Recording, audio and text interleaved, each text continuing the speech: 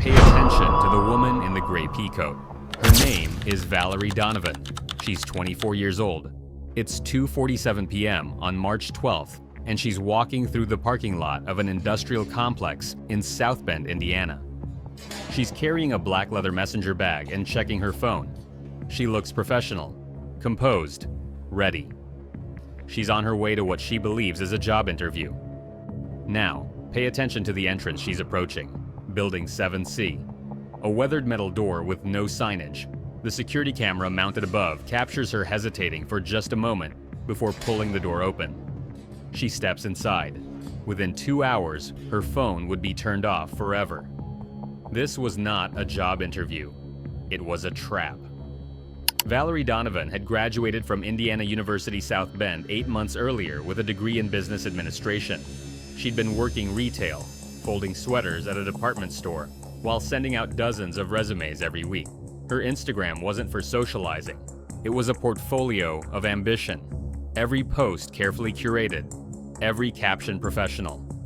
She lived with her older sister, Monica, in a small 2-bedroom apartment on the north side of town. Monica worked night shifts as an ER nurse. The sisters had a system. Monica slept during the day. Valerie job hunted and worked evenings. They left each other notes on the kitchen counter. On the morning of March 12th, Valerie had received an email that felt like a breakthrough. The message came from a company called Meridian Logistics Solutions. They were looking for an operations coordinator. The salary was competitive. The responsibilities aligned perfectly with her degree. The email was professional, detailed, and included a link to a legitimate-looking website. They wanted to meet that afternoon. The location was unusual, an office inside a warehouse complex, but the email explained this was temporary space while their main offices were being renovated. Valerie researched the company. The website looked polished, professional staff photos, client testimonials, a mission statement about streamlining supply chain operations. Everything checked out. She told Monica about the interview in a text message at 1:30 p.m. Monica was sleeping before her shift. She wouldn't see the message for hours. At 2:15 p.m., Valerie posted to Instagram, "Big interview today. Feeling nervous, but ready. Wish me luck." 43 people liked the post. None of them knew she was walking into danger. At 2:47 p.m., surveillance cameras at the industrial complex captured Valerie's arrival. The parking lot was nearly empty. 3 semi-trucks parked near the loading docks. A few sedans scattered across the asphalt. Valerie parked her Honda Civic in front of Building 7C and sat in the car for 2 minutes, checking her reflection in the rearview mirror. She stepped out, carrying her messenger bag. Inside were 6 copies of her resume, printed on cream-colored paper, a notebook, 2 pens, and a bottle of water. She dressed carefully, gray peacoat over a white blouse and black slacks. Professional, but not overdressed. The camera shows her pulling open the metal door. She enters. The door closes behind her. She does not exit. At 5:30 p.m., Monica woke up and saw Valerie's text about the interview. She texted back asking how it went. No response. She called. The call went straight to voicemail. Monica wasn't concerned yet. Valerie sometimes let her phone die during the day. By 7 p.m., Monica was worried. Valerie always came home before Monica left for her shift. Always. Monica called again. Voicemail. She called the department store where Valerie worked. Valerie hadn't shown up for her evening shift. She'd never called in sick, never missed a shift without notice.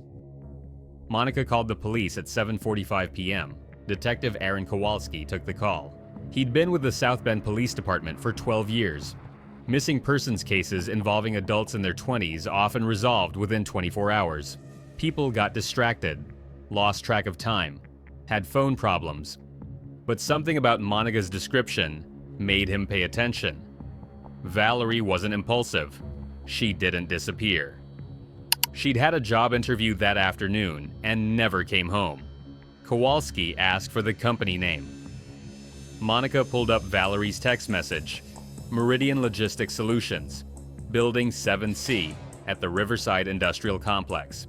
Kowalski and his partner, Detective Nina Graves, drove to the complex at 9:15 p.m.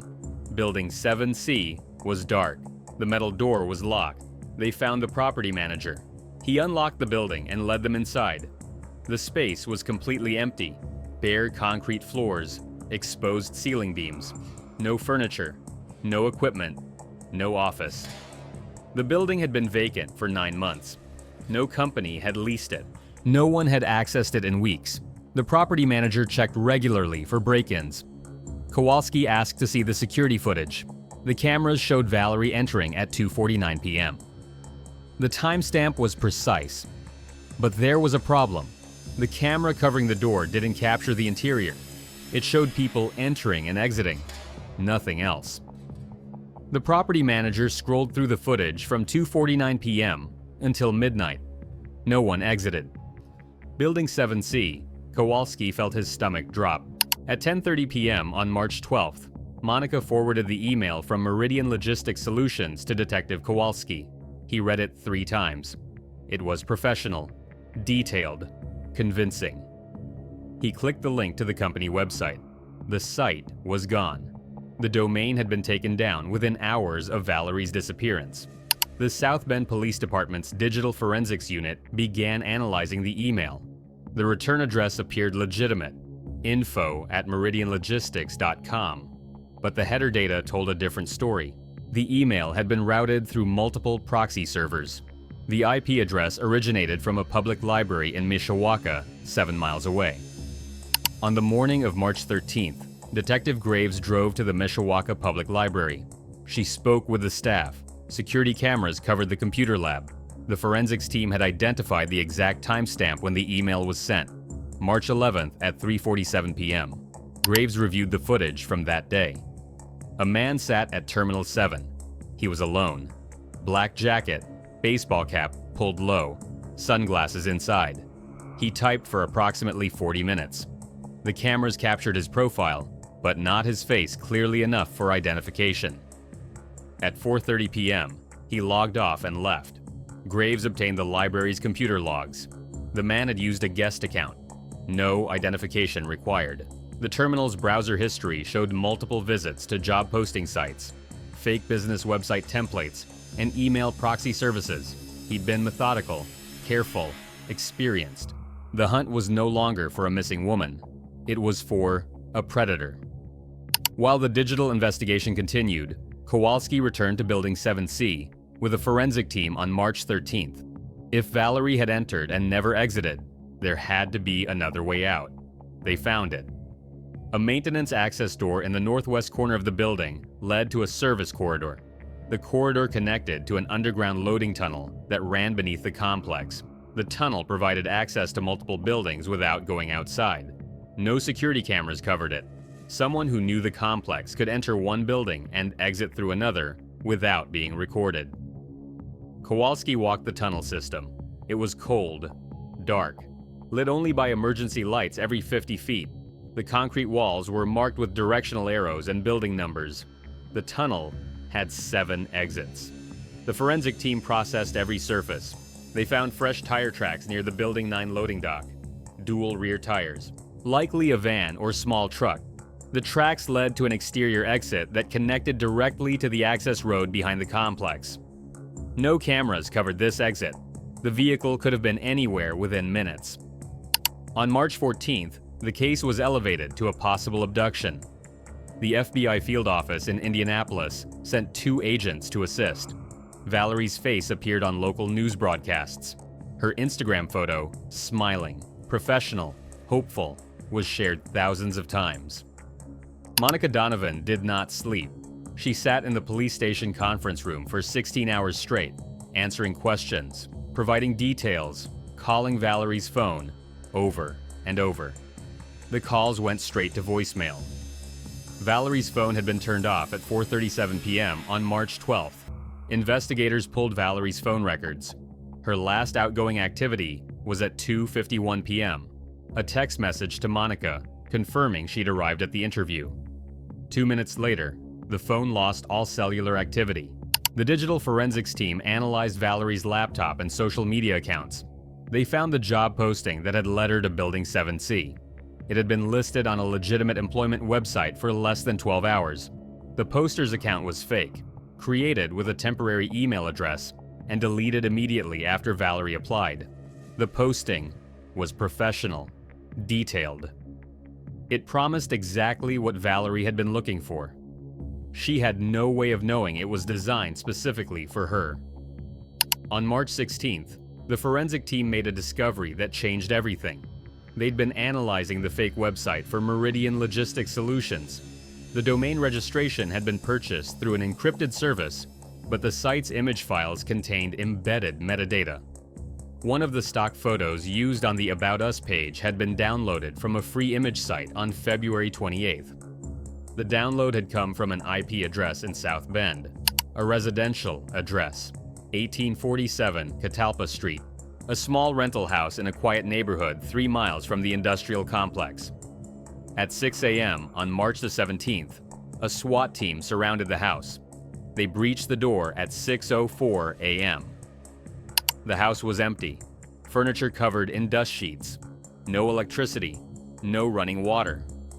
The landlord confirmed the property had been vacant since January, but the forensic team found something in the basement. A laptop sitting on a folding table, power cord still plugged into the wall. The screen was dark, but the machine was running.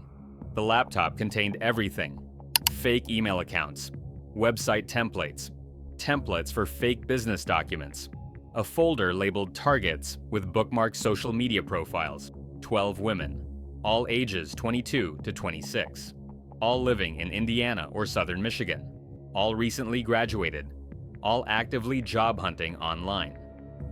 Valerie Donovan's Instagram profile was bookmarked with a red star. She wasn't the first target, she was the 13th. The laptop's hard drive contained one critical error: a single login to a personal email account. The account belonged to a man named Elias Okoye. Elias Okoye was 38 years old, Nigerian immigrant. He'd arrived in the United States 17 years earlier on a student visa. He'd studied computer science at Purdue University, graduated, and worked in IT support for a manufacturing company in Elkhart. He was married, 2 children, no criminal record, no red flags. His employment records showed he'd been laid off 6 months earlier. His financial records showed mounting credit card debt and 3 months of missed mortgage payments. His wife, Grace, told investigators she'd last seen him on March 11th. He'd said he was driving to Chicago to interview for a new job. He was supposed to return March 13th. He never came back. She'd filed a missing person report on March 14th. She had no idea where he was. Investigators obtained a warrant for Okoye's cell phone records. His phone had been turned off since March 12th at 5:15 p.m. The last ping came from a cell tower near the Indiana-Michigan border. On March 18th, Detective Kowalski received a tip from a state trooper in Michigan. A silver Ford Transit van matching the description in the BOLO had been spotted at a rest stop off Jess 94 near Benton Harbor. The van was registered to Elias Okoye. Police surrounded the rest stop at 2:30 p.m. They found the van in the far corner of the parking lot. The windows were covered with reflective sunshades. The engine was cold. They approached with weapons drawn. Inside the van, they found Valerie Donovan. She was alive, barely. She was lying on a mattress in the back of the van, wrists zip-tied to a metal loop welded to the floor. She was dehydrated, disoriented, and couldn't speak. Her lips were cracked and bleeding. She'd been given water, but no food. A portable camping toilet sat in the corner. A space heater ran off the van's auxiliary battery. Paramedics transported her to Lakeland Hospital in St. Joseph. She was treated for severe dehydration, malnutrition, and shock. Elias Okoye was not in the van. Police found him 4 hours later walking along County Road 669, 2 miles from the rest stop. He was wearing a heavy coat and carrying a backpack. With 3 days' worth of food, a sleeping bag, and $4,200 in cash. He did not resist arrest. Elias Okoye was transported to the Berrien County Jail. He was read his Miranda rights. He requested an attorney. The interrogation lasted 7 hours over 2 days. Okoye said very little. He confirmed his identity. He confirmed the van was his. When shown the laptop from Catalpa Street, he said nothing. When shown the list of 12 other women, He looked away. Finally, through his attorney, he made a statement. He'd lost his job. His family was going to lose their house. He'd been desperate. He'd seen stories online about ransom kidnappings in other countries. He thought he could do the same thing. Target women from families who might be able to pay. He'd spent weeks planning, creating fake job postings, building fake websites, identifying targets. Valerie had been the first he'd actually taken. The plan had been to demand ransom from Monica after 48 hours. But he'd panicked when he saw the news coverage, the FBI involvement, the scale of the search. He'd driven north, intending to cross into Canada. He'd run out of money. He'd been preparing to abandon the van and disappear. He'd never intended to hurt anyone. He just needed money. The prosecutor didn't believe him. Forensic analysis of Okoye's laptop revealed a more disturbing picture. The 12 bookmarked profiles weren't random. Each woman fit a specific pattern. All were recent graduates. All were living alone or with roommates, not with parents. All were posting about job searches on social media. All had public profiles showing their routines, locations, and vulnerabilities. The fake job postings had been tailored to each woman's resume and interests. Okoye had studied their profiles for weeks. He'd known exactly what to offer to get them to respond. The digital trail showed he'd sent initial contact emails to 7 of the 12 women over the past 2 months. 3 had responded with interest. 1 had agreed to an interview, but canceled at the last minute. Another had become suspicious and stopped responding. Valerie had been the only one who'd shown up. The other women were interviewed by police. None had filed reports. They'd thought the job offers were simply scams. Annoying, but not dangerous. They'd moved on. They'd had no idea what they'd escaped. Physical evidence from the van told a darker story.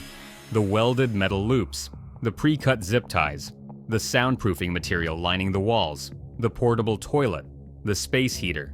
This wasn't improvised. Okoye had built a mobile prison. The prosecutor argued this wasn't desperation. It was calculated predation. Elias Okoye was charged with kidnapping, unlawful restraint, and interstate transportation of a victim. His attorney argued diminished capacity, financial desperation, cultural differences in understanding American law, no prior criminal history. The defense presented Okoye's employment records, his mortgage statements, medical bills for his children, his wife's testimony that he'd been depressed and desperate after losing his job. The prosecution presented the laptop, the list of targets, the fake websites, the modified van, the weeks of planning. They called Valerie to the witness stand. She testified for 45 minutes. She described the email, the professional-looking website, her excitement about the opportunity, walking into Building 7C and finding it empty, the basement stairs she hadn't noticed, the moment someone grabbed her from behind, the cloth over her face, waking up in the van with her wrists bound. She described 6 days of captivity, the fear, the cold, the hunger, the sound of Okoye's voice telling her to stay quiet, that he just needed money, that no one would get hurt if everyone cooperated. She described believing she would die. The defense had no questions. The jury deliberated for 4 hours, guilty on all counts. On November 8th, Elias Okoye was sentenced to 35 years in federal prison without the possibility of parole. Judge Margaret Callahan addressed him directly before sentencing. She acknowledged his financial hardship, his family circumstances, his lack of prior criminal history. Then she described the terror Valerie Donovan had experienced, the trauma that would follow her for the rest of her life, the 12 other women who'd been targeted and had no idea how close they'd come to the same fate. Desperation, the judge said, did not excuse predation. Planning did not coexist with impulse. The sentence reflected the calculated nature of the crime. Okoye showed no emotion.